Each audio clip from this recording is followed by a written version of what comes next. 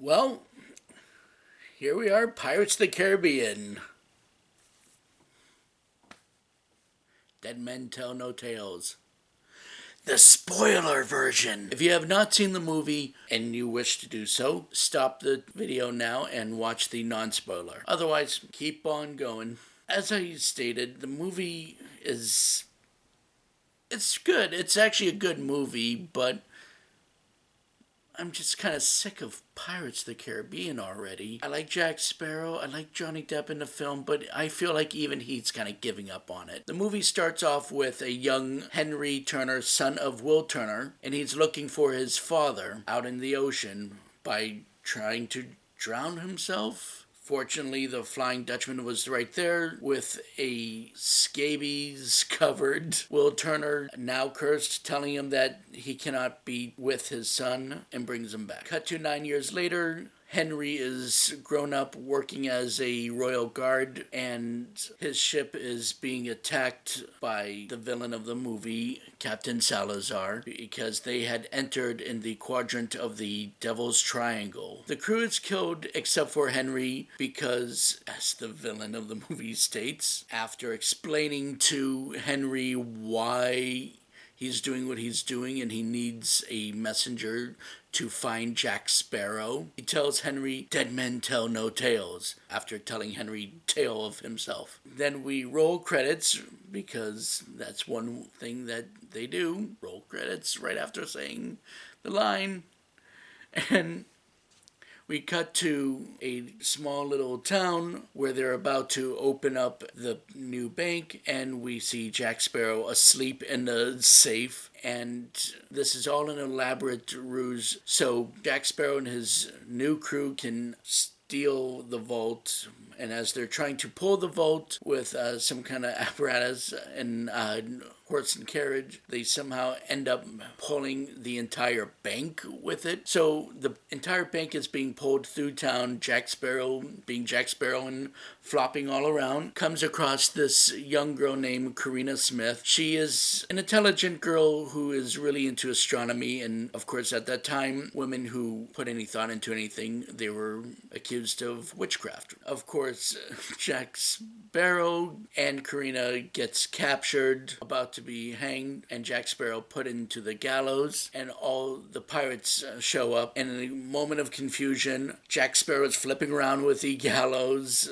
as the blade is sliding close to his neck, and Karina is about to fall and have her neck broken on the noose, but she's stopped by Henry, and pirates kind of fight the guards off. It's a whole entire mess, and I almost forgot to mention, right before Jack Sparrow goes out to the gallows, who does he see in the jail cell? Not his dad, Keith Richards, like the last two movies. No, this time it's actually Sir Paul McCartney as Jack Sparrow's uncle. Like a 2-minute cameo, but it was a funny little exchange. So, going back to the action, Henry, Jack, and Karina all meet up and they go out into the ocean, and Jack's purpose is to regain his ship, the Black Pearl, which was established in the fourth movie, was trapped in a bottle. I forgot to mention that in a non-spoiler, but that is the driving force of Jack, is to get his ship back and get what was once his brought back. Henry's plan is to find the Poseidon's trident so he can break the curse that was ever put out on the ocean. And Karina, she uses the notes that she was given when she was a kid to find treasure. They go out on the ocean. Jack uses his compass to try to trade for alcohol, rum, and somehow that breaks the curse of the evil Captain Salazar and his crew, the undead crew. And now they're out on the ocean in hot pursuit, and we even get Captain Barboza into the mix, and it's just kind of the same thing over and over again. Barboza mad at Jack Sparrow. They have a conflict of some sort. Jack Sparrow keeps getting captured and they save him. I don't mean to sound so brash about it and just zip right through, but if you've seen the other movies, then you pretty much get the idea at this point. It's just non-stop for 2 hours of the same thing. And I'm not trying to downplay the movie, because I actually did like the movie, but this could very much be because I despised the fourth movie. I didn't care for the second one or the third one, but I really hated the fourth one. It was just filler. The first one would have been fine, and they should have just ended it right there. But the fifth one was much better. So, in communication of Captain Salazar with Captain Barboza, Salazar kind of exchanges some information with Barboza about how he was defeated, how his crew were killed, but because it was a curse, Jack Sparrow was the one that defeated him at a young age. And they do this interesting CGI thing that they've really been pushing in Hollywood ever since X-Men The Last Stand and most recently Star Wars Rogue One. This time, young Jack Sparrow works because Johnny Depp's up in age now, like, over 50, or approaching 50, but he still looks good for his age, so if he shaves, he still could pull off a young Johnny Depp, or at least younger Johnny Depp. That's the only time the CGI actually would work for that. So now we understand why everyone's bitter. Now, midway through the movie, we find out that Karina was left this information about the stars that they have to find because it was left to her by her father, which later is revealed that Captain Barboza is the father. And they finally get to the climax. I apologize if it seems like I'm actually skipping to a point, but like I said, it's just continuous fight battle after another. Not a whole lot happens in the middle, just a lot of backstory. They do have sharks that go after the pirates, and it's revealed that the undead pirates cannot go on land, but yeah, you get these like I'm going to call them zombies. Zombie sharks going after them. After the Kraken, you can't really do too much further. And the climax is when the water splits open and they go down into the bottom of the water. Still semi-dry because the ocean is spread apart, so they can find Poseidon's trident. And it's a whole big battle. The rock that Karina has actually connects to with the rest of the island and the Poseidon's trident, which breaks the curse. Now, Captain Salazar's men are back to normal human form, and they're free to do anything. It turns into a big battle. The ocean's about to go crashing, collapsing back into its former self onto everyone.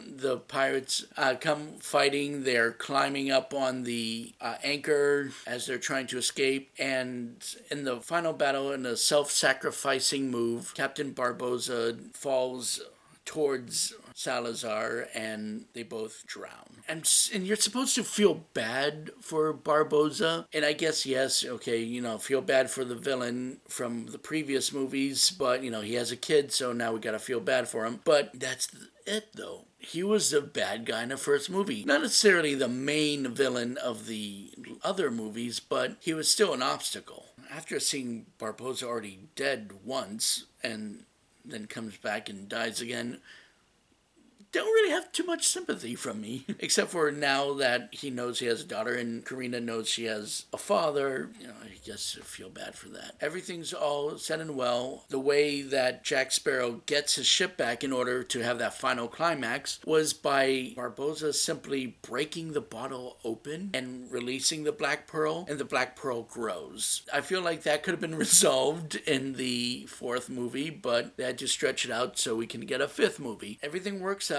Jack has his ship. Karina is now with Henry because they're supposed to be the new Will Turner and Elizabeth Swann. But at the end, they also get Will Turner from the Flying Dutchman, no longer having to serve as captain and cursed. He is back to his normal Orlando Bloom self, and making her final brief cameo is Keira Knightley as Elizabeth Swann. She shows up at the very end and everyone's reunited. That's it. That's the end of the movie. And you know what? If they just let that end right then and there, I would be happy. I would have been like, all right, a few movies too much, but what a way to end a series. So I would have been pleased with that. I'll give the movie a B-. And the B- is because though I enjoyed the movie for what it was, entertainment, entertainment. It kept me entertained that night, gave me something to do. I just also graduated that day, so it was a nice way to top off my evening. But I'm giving it a B minus because it's the same thing we've seen over and over again. And I'm thinking the reason why I enjoyed the movie so much was because I had a good day, and also because it was much better than the fourth movie. Like I said, I hated that movie. It was just pointless dribble. I didn't care for any of the characters except for Jack Sparrow and Barbossa in the fourth movie. In this movie, I was more concerned about what was going on with everyone else. So it was much better. I still laughed at many moments, but it's getting the real reason it's getting a B minus is because after the credits there is a post-credit scene, and it shows Will Turner and Elizabeth Swann in bed asleep, and you see a shadowy figure walking, and the figure is shaped like Davy Jones, the bad guy from the second and third movie. And then it cuts to Will Turner waking up like it was a nightmare. No one's around, that cliche, goes back to sleep, and then you see some shells on the ground, indicating that there is going to be a sixth movie, because God forbid we just let a movie just stay happy and not a sequel bait cliffhanger. Which I'm also confused too, because if them at the end finding the trident makes that all the curses of the ocean have been broken, then Davy Jones shouldn't be in his octopus man crab mode. He shouldn't be in human mode. So I really don't understand where they think they're going with this, but yeah, that's why I'm giving the movie a B minus. Alright, well, thank you for listening, and like and subscribe. Have a good one.